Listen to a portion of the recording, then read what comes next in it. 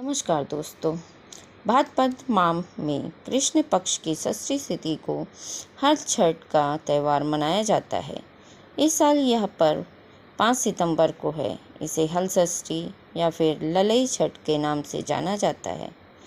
यह पर्व बलराम जी को समर्पित है और मान्यता है कि इस दिन भगवान कृष्ण के बड़े भाई बलराम का जन्म हुआ था।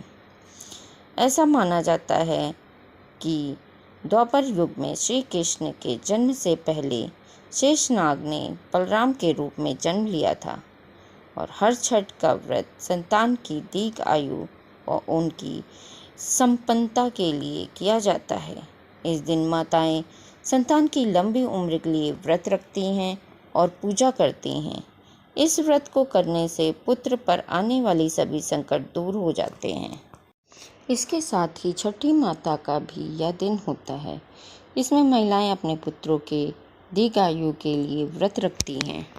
हल छठ के व्रत वाले दिन महिलाएं सबसे पहले पवित्र मिट्टी की मदद से एक बेदी बनाकर उसमें फ्लास, गूलर आदि की टहनियों और कुश को मजबूती से लगाती हैं। इसके बाद विधि विधान से पूजा करते हुए बगैर जुते हुए खाद्य पदार्थ को अर्पित करती हैं। इस व्रत में महुआ, फसई का चावल और भैंस का दूध और उससे बनी चीज़ों का प्रयोग किया जाता है और महिलाएं इन्हीं के माध्यम से इस व्रत का पालन भी करती हैं। संतान के सुख और लंबी आयु के लिए रखे जाने वाले व्रत को समय न तो अन्न खाया जाता है और न ही हल से जुता हुआ कोई अनाज या सब्जी आदि का प्रयोग किया जाता है। ऐसे में इस पावन व्रत में तालाब में पैदा होने वाले खाद्य पदार्थ अथवा बगैर जोते हुए पैदा होने वाली चीज़ों का प्रयोग किया जाता है। इस प्रकार से हल षष्ठी व्रत में विशेष रूप से भैंस के दूध और उससे बनी हुई चीज़ का प्रयोग होता है। पूजा करने के बाद महिलाएं कथा सुनती हैं। कथा कुछ इस प्रकार है कि एक ग्वालिन दूध दही बेचकर अपना जीवन व्यतीत करती थी। एक बार वह गर्भवती दूध बेचने जा रही थी, तभी रास्ते में उसे प्रसव पीड़ा होने लगी। इस पर वह एक चरबेरी पेड़ के नीचे बैठ गई और वहीं पर एक पुत्र को जन्म दिया।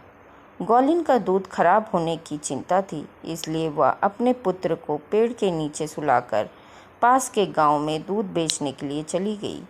उस दिन हल छठ का व्रत था और सभी को भैंस का दूध चाहिए था, इसलिए ग्वालिन ने लोभवश गाय के दूध को भैंस का दूध बताकर सबको दूध बेच दिया। इससे छठ माता को क्रोध आया और उन्होंने उसके बेटे के प्राण हर लिए। ग्वालिन जब लौट कर आई तो रोने लगी और अपनी गलती का एहसास किया। इसके बाद सभी के सामने उसने अपना गुनाह स्वीकार कर पैर पकड़कर माफ़ी मांगी। इसके बाद हर छठ माता प्रसन्न हो गई और उसके पुत्र को जीवित कर दिया। इस वजह से ही इस दिन पुत्र की लंबी उम्र की कामना से हल छठ की व्रत और पूजा किया जाता है।